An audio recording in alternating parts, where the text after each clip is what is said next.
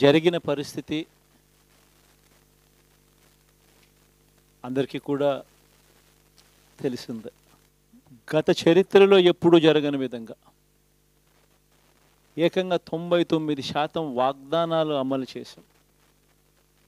ఎప్పుడు జరగలేదు ఆంధ్ర రాష్ట్ర చరిత్రలో కానీ దేశ చరిత్రలో కానీ ఈ మాదిరిగా మేనిఫెస్టో అన్నది ఒక పవిత్ర గ్రంథంగా భావించి అదొక బైబిల్ గాను, అదొక ఖురాన్ గాను, అదొక భగవద్గీత గాను భావిస్తూ టిక్కు పెట్టమని చెప్పి ప్రతి ఇంటికి పంపించి టిక్కు పెట్టమని చెప్పి ప్రతి అడుగుతూ ఆ ప్రతి అక్క చెల్లెమ్మల ఆశీస్సులు తీసుకుంటూ ఆ ఇంట్లో ఉన్న అవ్వాతాతల దీవెనలు తీసుకుంటూ ఏ రోజు కూడా ఈ మాదిరిగా బటన్లు నొక్కడం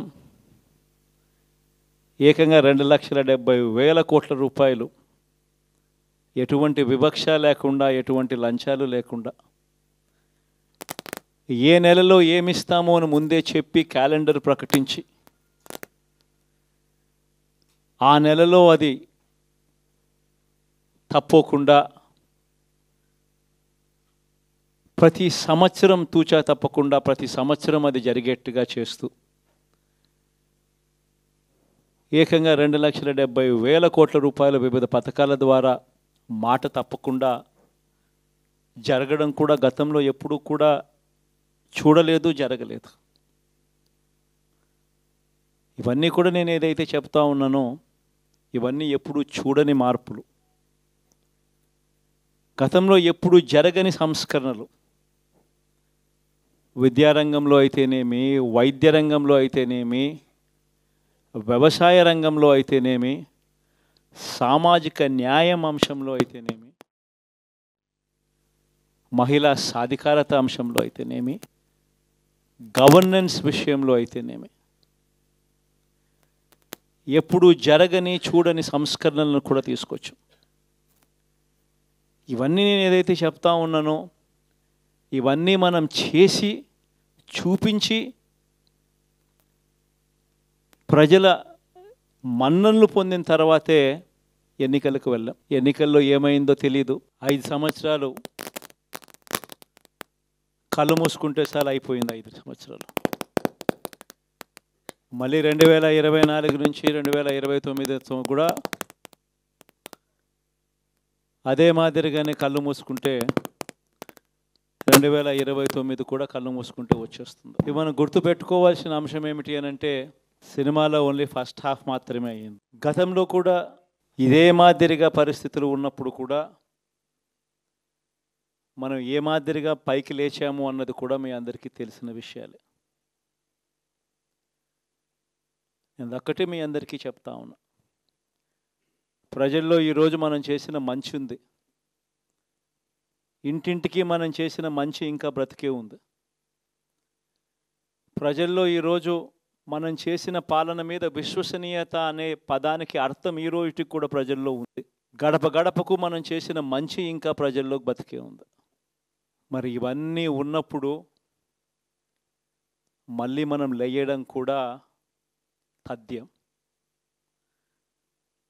కాకపోతే కొంచెం టైం పడుతుంది, ఆ టైం ఇవ్వాలి. ఆ టైం ఇచ్చినప్పుడు, అది జరిగినప్పుడు, పాపాలు పండినప్పుడు ఖచ్చితంగా మళ్ళీ మనం పైకి లేస్తాం. ఈ విషయం ప్రతి ఒక్కరం కూడా గుర్తుపెట్టుకోవాలి.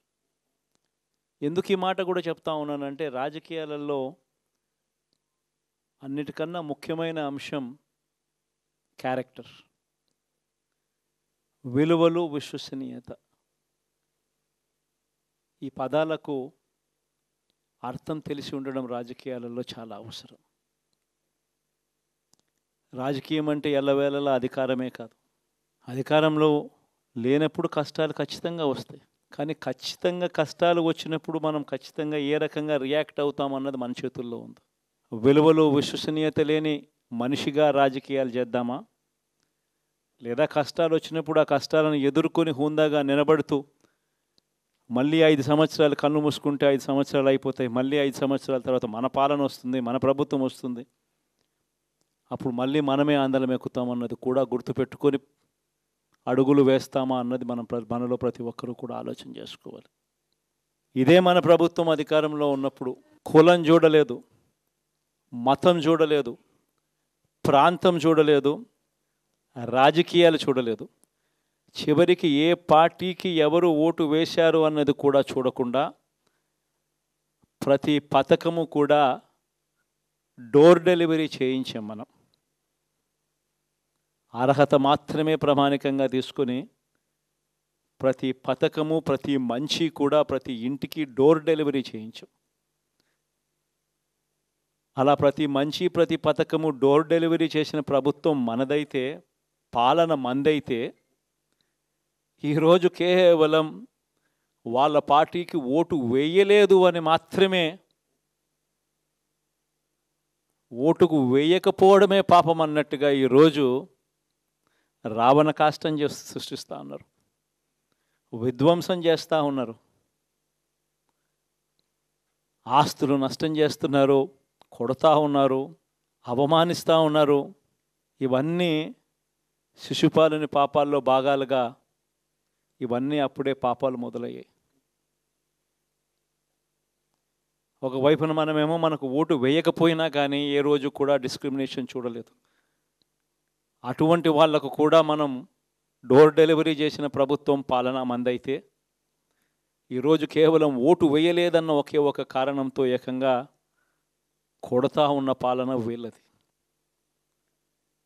ఈ పాపం ఊరికే పోదు. రెండవ పాపం చంద్రబాబుది కూడా అప్పుడే పండింది. బహుశా కేంద్రం ఈ రకమైన కేంద్రంలో ఈ రకమైన పరిస్థితులు బహుశా ఎప్పుడు ఉండిండవేమో. ఈ రకంగా కేంద్రంలో 240 ఎంపీలు మాత్రమే వచ్చిన పరిస్థితులు, రాష్ట్రంలో ఏకంగా వీళ్ళకు కూడా ఈ మాదిరిగా మంచి నెంబర్లు వచ్చిన పరిస్థితులు, ఎన్డీఏలో మళ్ళీ చక్రం తిప్పుతా ఉన్న పరిస్థితులు. ఇలాంటి పరిస్థితుల్లో కూడా ప్రత్యేక హోదాను అడక్కపోవడం చంద్రబాబు చేసిన మరో పాపానికి కూడా మరో నాంది. ఇలాంటి పరిస్థితుల్లో కూడా ప్రత్యేక హోదా మనం అడిగి తెచ్చుకోలేకపోతే రాష్ట్రంలో ఏ ఒక్క యువకుడు కూడా క్షమించడు చంద్రబాబు నాయుడు. మనం కొంచెం ఈ పాపాలు పండేదాకా మనం గట్టిగా దీన్ని నిలబడగలిగితే, ముందుకు తీసుకొని పోగలిగితే ఈ పోరాటాన్ని ఆటోమేటిక్గా శిశుపాలుని 100 పాపాలు ఫాస్ట్గా ఎరోడ్ అయిపోతాయి. కాబట్టి ప్రతి ఒక్కరూ ఈ విషయాలన్నీ గుర్తుపెట్టుకోమని కోరుతాం. ఇవన్నీ బహుశా నేను చెప్పేటివన్నీ కూడా మీ అందరికీ కూడా తెలియనేటివి కాదు. కేవలం నేను మీ అందరికీ గుర్తు మాత్రమే చేస్తా ఉన్నా. కష్టాలు రావడం అన్నది సర్వసహజం. కష్టాలు ఇలా మనం ఎదుర్కొని నిలబడడం అన్నది మన చేతుల్లో ఉన్న అంశం అన్నది మాత్రం ఖచ్చితంగా ప్రతి ఒక్కరూ గుర్తుపెట్టుకోమని మీ అందరితో కూడా కోరుతా ఉన్నా. శాసనసభలో, చట్టసభలో మీ సభే అన్నిటికన్నా ముఖ్యమైన సభ అవుతుంది. ఓటు వేయలేదు అన్న ఒకే ఒక కారణంతో మనుషుల్నే కొడతా ఉన్న పరిస్థితుల్లో, మనుషుల్ని అవమానిస్తూ ఉన్న పరిస్థితుల్లో, మనుషుల్నే బలవంతంగా ఆస్తి నష్టం చేస్తూ ఉన్న పరిస్థితుల్లో ఇక ప్రతిపక్షం ఉన్నది ఒకటే ఒక పార్టీ, ఆ పార్టీకి అవకాశం ఇవ్వాలా అన్న కనీస నైతిక విలువలు వాళ్ళు పాటిస్తారన్న నమ్మకం నాకైతే లేదు. కాబట్టి మీరు చేయాల్సిన పాత్ర గొప్పది, చాలా ఉంది అన్నది మాత్రం గుర్తుపెట్టుకోండి. రాబోయే రోజుల్లో యాక్టివిటీ లెవెల్స్ అనేది ఆటోమేటిక్లీ పెరుగుతాయి. రాష్ట్ర వ్యాప్తంగా ఉన్న కార్యకర్తలందరినీ ఎవరినైతే వాళ్ళు ఇబ్బందులు పెట్టారో ఖచ్చితంగా వాళ్ళందరికీ మనోధైర్యం ఇస్తూ వాళ్ళ గ్రామాలకు వెళ్ళి వాళ్ళకు తోడుగా ఉండే కార్యక్రమాలు చేసే కార్యక్రమాలు జరుగుతాయి. రాబోయే రోజుల్లో ఇంకా టైం గడిచే కొద్దీ ప్రజల్లోకి వెళ్ళే కార్యక్రమాలు ఇంకా ముమ్మరం అవుతూ పోతాయి. చివరికి ప్రజల్లోనే ఉంటాం. ప్రజలతో కలిసి పోరాడే కార్యక్రమం వేగంగా టైం గడిచే కొద్దీ మనము వేగంగా అడుగులు ముందుకు వేస్తాం. ఒకటి మీ అందరికీ చెప్తా ఉన్నా, ఏకంగా 14 నెలలు పాదయాత్రలు చేశాం. ఆ వయసు ఈ రోజుటికి నాకుంది. ఆ సత్తువ ఈ రోజుటికి నాకుంది. కాబట్టి మీరు మాత్రం ప్రతి ఒక్కరూ గుర్తుపెట్టుకోండి, ఆ టైం వచ్చేదాకా మీ పాత్ర చాలా కీలకం. ప్రతి ఒక్కరూ ఈ విషయాన్ని మాత్రం గుర్తుపెట్టుకొని మీ అందరితో కూడా సవినయంగా వేడుకుంటా ఉన్నాను. Please subscribe Dot News.